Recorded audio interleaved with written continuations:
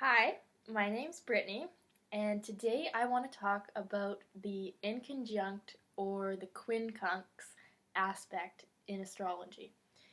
So, the reason why I want to make this video is I feel that this aspect is very prominent in my life and it has quite a lot of influence. And I didn't learn about this aspect until 3 years into studying astrology, and none of the astrologers that I first talked to brought it up. None of the astrology reports that I read online brought it up, and none of the books that I had brought it up. And so I just didn't know that this existed when I was first starting astrology. I knew about all the other aspects, the conjunction square and all that, but I didn't know that this aspect existed. And now that I know that I have quite a few of them in my chart at a very close orb, it's like this is a major part of my life. And so I hope to help other people know that it exists and know that it can bring value to your reading and show you some stuff that maybe you didn't know about already. I by no means think it's any more important than the other aspects, but I do think that it is important and it gets missed.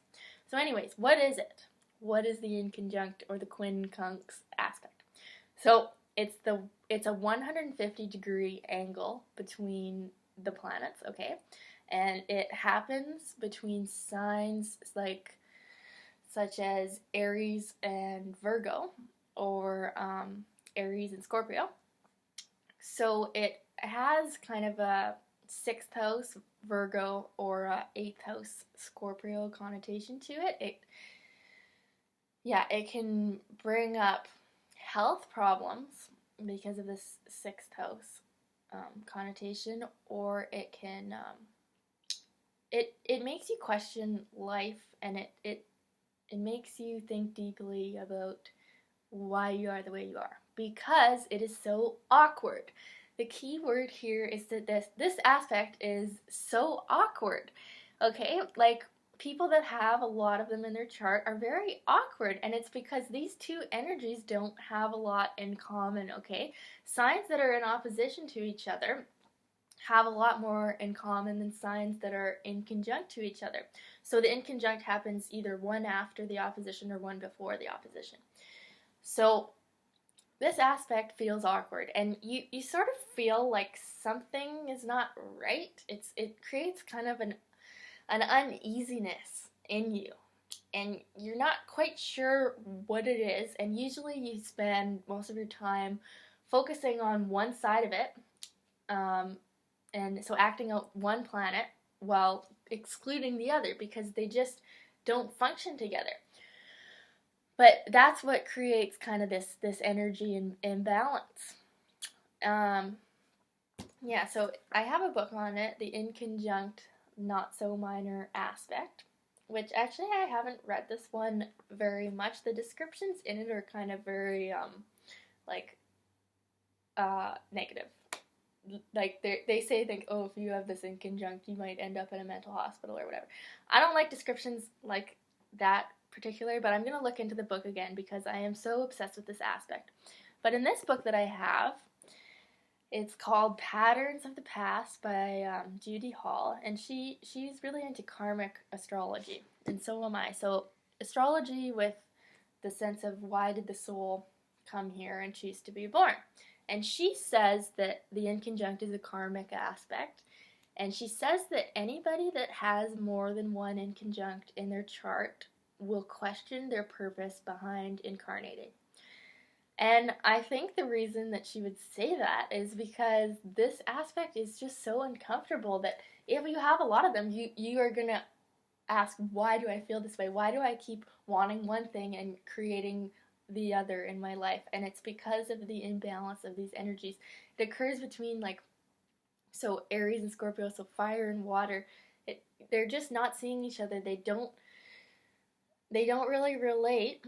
I mean, Aries and Scorpio kind of could, just because of that Mars rulership, but really they are different. And it's so when you have these in your chart, it's you do a lot of reflecting, and you can actually spend a lot of time in not acting because you're trying to figure out these energies. And I think it can be very helpful to know about these. What else did I want to say? Yeah, see all these inconjuncts in my chart. It's like I had a whole lot I wanted to say about this, and now that I'm here doing the video, I feel like I'm really fucking it up. Like, I feel like this video is shit. But it's because my confidence is not always good, because I have my moon conjunct with Mars, which creates my emotional field is like very um, uneasy sometimes, and both my moon and Mars are in close in conjunct with Saturn and Neptune. So I'm trying to balance my moon and Mars in Leo in my 6th house with my Saturn in Pisces in my 12th house and Neptune in Capricorn. So I'm working on it. Oh yeah, maybe I should try to talk about the way out of this awkwardness, but the truth is I'm still figuring that out. I'm going to continue to study this aspect, and I will find the answer to you one day, but I think really you need to find a way to express both of the planets and both of those energies simultaneously, because you're going to keep trying to express one and not the other, and ultimately you need to find a way to express both. But the first step to healing is knowing that it exists. So go to your chart, go to astro.com, go to ask me, I'll look up your chart.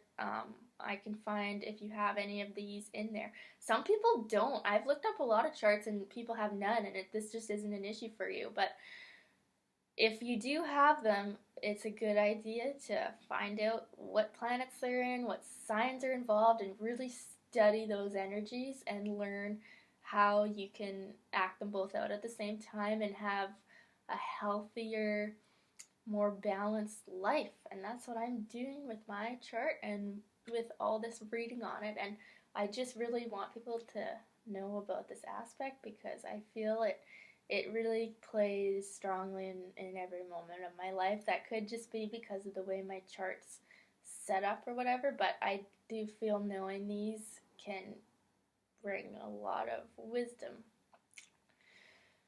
to you. But if you're a beginner in astrology, by all means study the other aspects first, but definitely check these out if you have any. Okay, thank you for watching.